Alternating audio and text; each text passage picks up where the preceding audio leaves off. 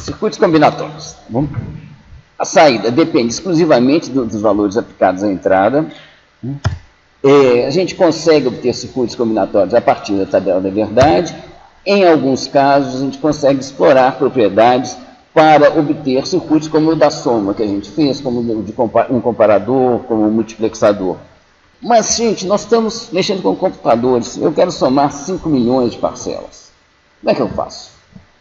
Fazer isso com circuito combinatório não é viável. Não tem jeito. O que acontece? Qual que é o ganho quando a gente tem circuito sequencial? Circuito sequencial você tem memória. Então, a saída do circuito sequencial depende não só das entradas que lhe são aplicadas num dado momento, como também dos valores armazenados em suas memórias. Com isso, como é que a gente consegue somar 5 milhões de números? Bom, a gente guarda o total parcial e vai somando um a um os 5 milhões de parcelas que a gente precisa. E para um computador, fazer 5 milhões de vezes uma coisa repetida não é problema nenhum. Ele faz isso muito rapidamente. Ou seja, então a memória nos dá outro alcance, que é o que nós vamos ver aqui durante a aula de hoje. Vamos começar, é claro, de memórias bem simples. A mais simples de todas chama-se flip-flop. Tem vários tipos de flip-flop, nós vamos trabalhar aqui só com flip-flop do tipo D. D vem de dado. Esse flip-flop armazena, a gente sempre começa do mais simples, tá bom? É uma memória que armazena um bit. Esse bit, ele fica guardado aqui dentro, não se sabe como, mas ele é exposto ao mundo por essa saída Q aqui. E vem de graça, devido à técnica de construção do flip-flop, vem de graça o Q', que é complemento do bit armazenado. Se aqui tiver 0, aqui tem 1, se aqui tiver 1, aqui tem 0. Você poderia obter a mesma informação aqui colocando uma porta-note aqui, mas isso aqui vem de graça, sabe, pela lógica de construção do flip-flop aqui. O funcionamento do flip-flop está ligado a essas duas outras entradas aqui. Então, tem uma entrada que chama-se clock, tá? Essa marcada por esse triangulinho aqui. Ela poderia ser chamada de clique, porque ela funciona como um obturador de uma máquina fotográfica. Aqui é a entrada D, que justifica o nome, tá bom? Aqui é a entrada de dados. Tá? E o funcionamento é o seguinte: cada vez que essa entrada do clock passa de 0 para 1, ou seja, na borda da subida, no instante preciso da subida de 0 para 1, ele copia a entrada, que passa a ser igual a D. Tem ainda pinos auxiliares aqui. Esse daqui é para impor 1, o valor 1, esse aqui é para impor o valor 0, e esse daqui é para habilitar ou desabilitar o flip-flop. Quando ele está em 0, o flip-flop fica completamente surdo, não há o que você faça, tem que mexer em alguma coisa. Então vamos entender aqui, para a gente entender mesmo, é melhor a gente pegar o circuito. Aqui está o flip-flop. Ele está habilitado, tá bom? Se ele estiver desabilitado aqui, não há, você pode fazer o que você quiser, que ele não mexe mais, sabe? Não tem jeito dele mexer. Bom, então vamos habilitá-lo, e ele está no momento aqui com o valor 1 guardado. Se eu apertar o clear aqui, é para eu forçar o valor 0. Se eu apertar o preset, é para eu forçar o valor 1. Nós vamos começar aqui com o valor 0. Ele desse jeito aqui, se você ficar mexendo aqui na entrada de dados, não acontece nada na saída aqui. Bom, você pode mexer à vontade aqui. Agora, quando o clock passa de 0 para 1, é o clique da máquina fotográfica. Aí, nessa hora, o flip-flop copia a entrada. Aqui, ó. Então, agora, quando eu passar de 0 para 1, ele copia a entrada. Depois que ele copiou, enquanto ele está em 1, isso aqui pode mexer à vontade. Bom, não acontece nada. Quando ele passa de 1 para 0, também não acontece nada. Pode mexer também que não acontece nada. Agora, quando ele passa de 0 para 1, é o instante que ele fotografa a entrada. Isso é importante para você capturar dados em instantes precisos. Por exemplo, você põe a saída de um somador. Aqueles circuitos, todas aquelas portas, lá tem pequenos atrasos. Os transistores eles vão passando os impulsos elétricos. Tem um tempo entre você colocar os dados e o resultado da soma estar pronto. Bom, então a ideia é que você coloca os dados, espera um tempo e captura o valor da soma no instante preciso, algum tempo depois de você ter colocado os dados na entrada. Bom, por isso que chama clock também essa entrada aqui. Você pode juntar vários flip-flops para formar um registrador. Um registrador é um tanto de flip-flops com alguma missão em comum. Tá bom? Esse daqui é um registrador de dados, porque ele tem a mesma função do flip-flop, exatamente a mesma função, só que ele armazena 4 bits. Você poderia ter um registrador de 16 bits, um de 32, de 64. Bom, esse aqui tem 4. As entradas D, tá bom? Estão aqui, tá bom? D0, D1, D2, D3. Tá bom? A saída aqui está 0, tá bom? O clock está em 1. Reparem que o clock comanda todos os flip-flops, o mesmo sinal de clock. Então, quando eu passo de 1 para 0, não acontece nada. Ele está em 0, você pode mexer aqui à vontade que não acontece nada. Mas na hora que passa de 0 para 1, cada flip-flop copia a sua entrada, que são essas entradas D aqui, então a saída fica, nesse instante, exatamente igual à entrada. Com o clock em 1, você pode mexer à vontade aqui, tá? Que não acontece nada. O clock passou de 1 para 0, também não acontece nada. Borda de subida, passado de 0 para 1, ele copia a entrada. Eu pus aqui também um único pino de reset para zerar todos os flip-flops. Né? Então, eu zero o registro. De vez em quando você quer dar esse pino de reset, a gente usa muito aqueles de set ou reset, sempre a gente utiliza para forçar um estado inicial desejado, para esquecer o passado, essencialmente. Tem uma hora lá que eu quero esquecer. Tá? Eu quero que seja 0 o valor, eu quero que seja 1, quero que seja um valor pré-estabelecido, aí a gente utiliza esses pinos auxiliares de set e reset. Então, compreenderam, gente, como é que funciona o registrador? Um flip-flop, um registrador é igual a um flip-flop, é um tanto de flip-flops.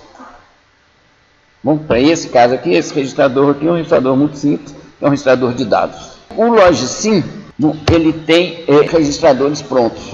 Bom, ele tem várias coisas prontas, não sei se vocês já chegaram a brincar lá, mas, por exemplo, na biblioteca de aritmética, você tem somador, multiplicador, subtrator, você tem tudo quanto é as 4 operações lá, você tem mais ainda uma série de opções lá. E uma das coisas que ele tem na biblioteca de memória são registradores. Eles têm, você escolhe a largura de dados. Largura de dados é o termo que a gente emprega para dizer quantos bits são armazenados naquele registrador. Então você tem um registrador com largura de 16 bits, outro com largura de 4 bits. Eles têm ainda umas bobagens, que isso aqui só funciona aqui para o Logsim, já que é um simulador, a gente pode digitar diretamente o conteúdo armazenado. Eles têm também um pino de clear. Antes de eu mostrar, então eu vou falar aqui que ele mostra o conteúdo dele em notação hexadecimal. Tem alguns exercícios, não sei se vocês todos chegaram a fazer, mas notação hexadecimal é muito utilizado para representar para humanos um tantão de bits. Por que ele é bom? Porque fica muito mais compacto. Em vez de escrever, são meus exemplos aqui. Bom, muito bem. Como é base 16, você precisa de algarismos, né, para os valores em decimais, seriam de 0 até 15. Então a gente utiliza os algarismos de 0 a 9 e ainda as letras de A até F para os números de 10 a 15. Então, por exemplo, 7A, 5C, C é quanto? Se A é 10, B é 11, C é 12. Tá bom? Então, olha aqui. Então, esse número aqui, o que ele quer dizer? É 12 vezes 16 elevado a 0, mais 5 vezes 16 elevado a 1, mais 10, né, que é o A, tá? 10 vezes 16 é 2, mais 7 vezes 16 é 3. Em decimal, é esse valor aqui, 31.324. Bom, mas para que mais um sistema? É porque a conversão dele para binário é muito simples, e de binário para hexadecimal, as duas conversões são muito simples, e fica muito mais compacto o número binário escrito em hexadecimal para a gente ler, para a gente falar, assim, do que um tantão de 11 zeros. Porque você vai pegar cada 4 bits e fazer uma conversão independente, que dá certinho. Tá bom? Então, por exemplo, esse aqui ó, é igual a isso em hexadecimal. Por quê? Porque isso aqui ó, é D, tá bom? É 8 mais 4 mais 1, 13 é D, a letra D. Esse daqui é 3, tá bom? 0, 1, 1. E esse daqui é 10, que é A. Bom, então você converte daqui para cá e daqui para cá também de uma forma muito fácil. Vocês já viram várias coisas em hexadecimal aí, chaves criptográficas, aquele arquivo que eu mostrei daquela foto da ópera de Sidney, estava todo em hexadecimal, nós tínhamos A, F lá no meio daqueles números que eu falei que representavam a imagem. Ele está representado em hexadecimal porque são bits, e bits ficam muito mais compactos. Você pega cada 4 bits, dá um algarismo, bom, em hexadecimal. Então, por isso que a gente utiliza muito essa notação. Aqui está um registrador Logisim. Bom, ele fica aqui, ó, nessa biblioteca aqui, de memória. Bom, está aqui o registrador, você clica aqui e arrasta para cá. É para colocar um registrador aqui. Aqui embaixo, bom, você escolhe a largura de dados. Aqui fica o valor armazenado no registrador em hexadecimal, porque esse aqui tem 8 bits, né? 8 bits são 2 dígitos hexadecimais, por isso que está escrito 00 aqui. O Logisim, ele ainda permite que a gente desenhe diagramas, circuitos, simplificando o desenho para você ter cabos com vários fios representados assim. Por exemplo, aqui, ó, eu tenho do lado de cá um registrador, né, composto, a gente vê a composição dele aqui, por 4 flip-flops. Você tem uma entrada para cada um desses flip-flops, você tem um clock comum. Do lado de cá, você tem outro clock, tá bom? Outro registrador, e cada bit, cada saída de cada bit desse registrador de cá está ligado a um bit do registrador de cá. Aqui embaixo, gente, está um circuito equivalente. Bom, um diagrama do circuito equivalente. Só que fica muito mais simples, tá bom? Aqui está uma entrada de 4 bits, aqui um registrador de 4 bits, esse cabo aqui, ó, essa ligação aqui, é igualzinha a essa daqui, mas como ele está ligando uma coisa de 4 com outra de 4, ele também tem 4 fios independentes aqui. Então, aqui você tem outro cabo de 4 fios, aqui tem outro registrador. Bom, gente, esse daqui de baixo, ele é muito mais legível, eles representam exatamente o mesmo circuito. Mas o de baixo é muito mais compreensível, muito mais fácil da gente entender o funcionamento dele. O de cima, você tem que parar e olhar direitinho para ver se não está fazendo confusão, se esses fios vão mesmo, a saída desse é a mesma entrada desse. A gente demora algum tempo para compreender esse daqui. Enquanto que o de baixo, ele é absolutamente claro. Você não tem dúvidas sobre o que é que esse circuito aqui faz. Então é só uma simplificação para o desenho de diagrama. Então, uma vez que você pode ter um cabo que é composto por diversos fios, às vezes você está interessado em separar os fios que compõem esse cabo. Então, para isso, você tem um componente que chama um splitter, ou distribuidor, que você escolhe, nos atributos dele, você escolhe bem a configuração, você tem muita flexibilidade. Tá bom? Então, aqui, primeiro aqui tem uma tradução errada, tá bom? Aqui está falando largura em bits à saída. Aqui, não, aqui são ramos de saída, tá bom? Então, aqui são 3, tá bom? Então, esses 3 ramos aqui, ó. Um ramo de baixo, um ramo de cima e um ramo de meio. Depois disso, você diz também aqui quantos bits tem entrada. Aqui está certo, tá certo? Então, aqui, ó, tem uma entrada de 8 bits. Então, esse cabinho aqui, ó, essa pontinha aqui, também tem 8 bits. Esses 8 bits estão todos juntos num cabo só, mas aqui, com o splitter, certo? A gente consegue distribuir. Aqui, ó, eu estou dizendo, eu estou passando os 3 primeiros fios, aqui o bit 0, 1 e 2, eu estou passando para ligar com essa saída aqui. Depois, esses 2 bits aqui, passando para cá. Depois, mais esses 2 bits aqui, para cá.